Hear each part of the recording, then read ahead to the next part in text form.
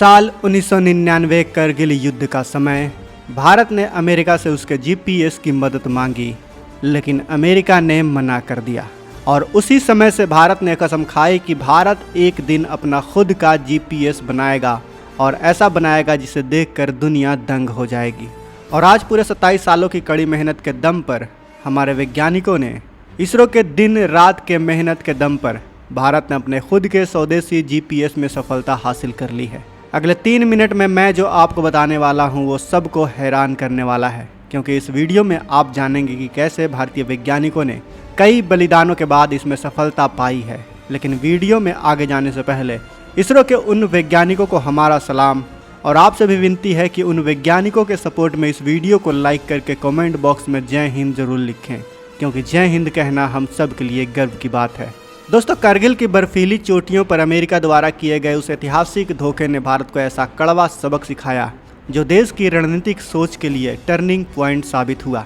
भारतीय सेना को पाकिस्तानी घुसपैठियों के बंकरों को सटीक निशाना बनाने के लिए नेविगेशन डेटा की सख्त जरूरत थी, लेकिन अमेरिका के इनकार ने भारत की सुरक्षा पर एक बड़ा प्रश्न चिन्ह लगा दिया।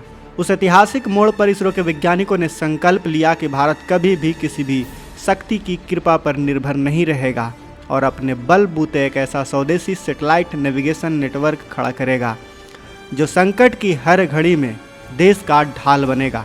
इसी ऐतिहासिक विजन का नतीजा था कि इसरो का ड्रीम प्रोजेक्ट नेविक, जिसे भारतीय सीमाओं और पूरे उपमहाद्वीप को सुरक्षित करने के लिए डिज़ाइन किया गया। लेकिन अंतरिक्ष का रास्ता इतना आसान नहीं था और इस सफ़र में भारतीय वैज्ञानिकों को अभूतपूर्व तकनीकी चुनौतियों का सामना करना पड़ने वाला था। शुरुआती चरण में लॉन्च किए गए सैटेलाइट में जो विदेशी रूबिडियम एटॉमिक क्लॉक्स लगाई गई थी, वे अंतरिक्ष के बेहद कठोर और रेडिएशन भरे माहौल को झेल नहीं सकीं और समय से पहले ही निष्क्रिय होने लगीं। इस वजह से पूरे सिस्टम का संतुलन बिगड़ने लगा और नेविक की कार्य प्रणाली पर गंभीर संकट के बादल मंडराने लगे।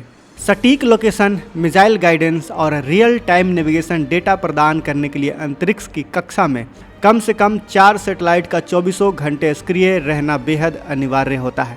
लेकिन लगातार घड़ियों के खराब होने और अन्य लॉन्च में हुई देरी के कारण सक्रिय सैटेलाइट की संख्या घटकर सिर्फ 3 रह गई। इस तकनीकी झटके के बाद पश्चिमी मीडिया, विदेशी डिफेंस एक्सपर्ट और यहाँ तक कि घरेलू आलोचकों ने भी दावा करना शुरू कर दिया कि भारत का अब अरबों रुपए का नेविगेशन प्रोजेक्ट पूरी तरह से फ्लॉप हो चुका है और भारत कभी भी अमेरिकी जीपीएस की बराबरी नहीं कर पाएगा। दुनिया भर की आलोचनाओं और अंतर्राष्ट्रीय दबावों के बावजूद इसरो के वैज्ञानिकों ने ना तो अपना हौसला खोया और ना ही प्रोजेक्ट को ठंडे बस्ते में डाला। उन्होंने किसी भी अस्थायी जुगाड़ या फिर काम चलाऊ समाधान को अपनाने के बजाय पूरे नेविगेशन कॉन्स्टलेशन को नई पीढ़ी की अत्याधुनिक टेक्नोलॉजी के साथ रीडिज़ाइन करने का एक बड़ा मास्टर प्लान तैयार किया। इसी साहसिक रणनीति के तहत NVS सीरीज के अगली पीढ़ी के सैटेलाइट्स का जन्म हुआ। NVS-01 और NVS-02 की सफल तैनाती के बाद अब NVS-03 अंतरिक्ष में जाने के लिए पूरी तरह से तैयार है, जिसके बाद NVS-4 और फिर NVS-5 भी लॉन्च करने के कतार में खड़े हैं। इस ऐतिहासिक कमबैक का सबसे बड़ा हीरो और तकनीकी चमत्कार है भारत की 100% स्वदेशी रूबिडियम एटॉमिक क्लॉक।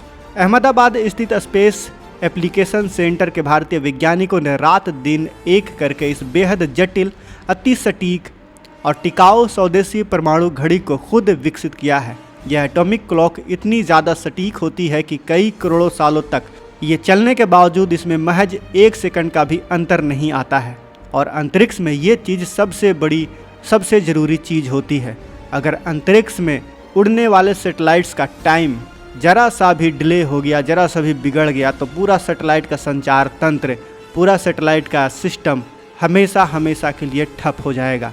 इसीलिए सैटेलाइट्स में एटॉमिक्स क्लॉक लगाया जाता है ताकि हजारों साल भी चले तो भी इसका 1 सेकंड का भी टाइम इधर से उधर ना हो पाए।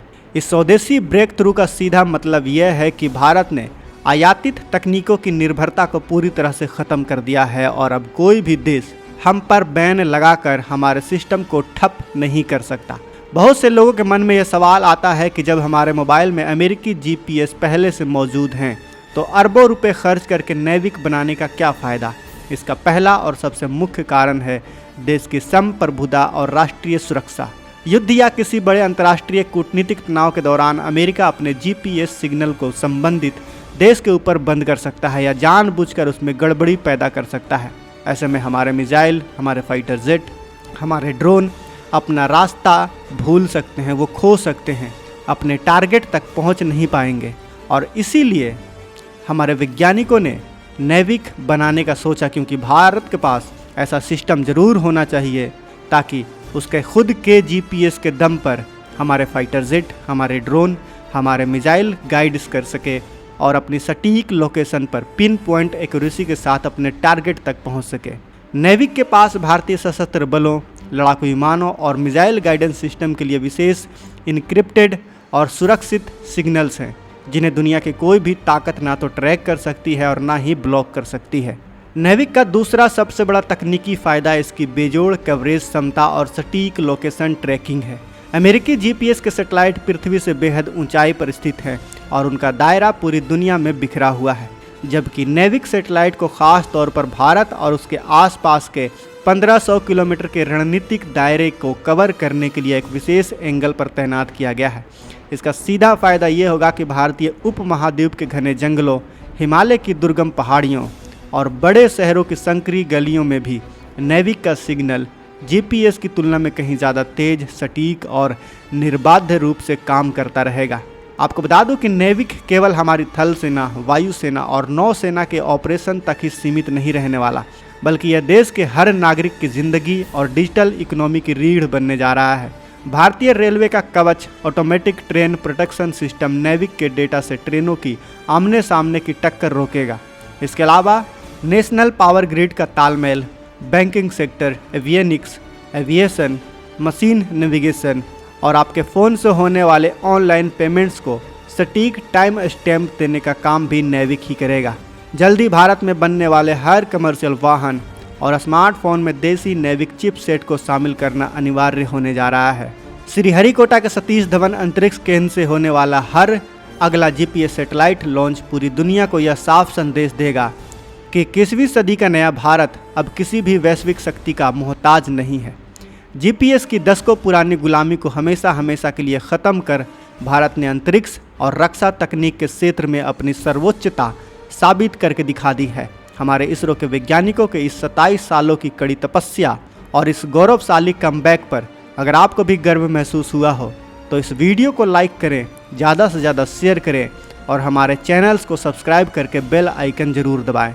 कमेंट सेक्शन में गर्व से जय हिंद लिखना बिल्कुल भी ना भूलें। मिलते हैं अगले वीडियो में। जय हिंद, जय भारत।